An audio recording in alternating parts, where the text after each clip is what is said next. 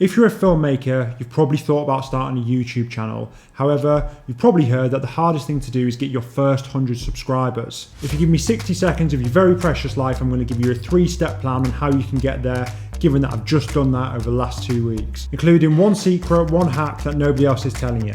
And if in this video you learned something, I'd be really grateful if you drop me a subscribe. Okay, let's go. Step number 1, you need a base of content. Create some content, upload it to your channel, so when people go there, they have a reason to subscribe. Simple. Step number 2 is use your network. In my business career, I've learned that if you don't ask, you don't get. So reach out to people that you know and ask them to subscribe to you.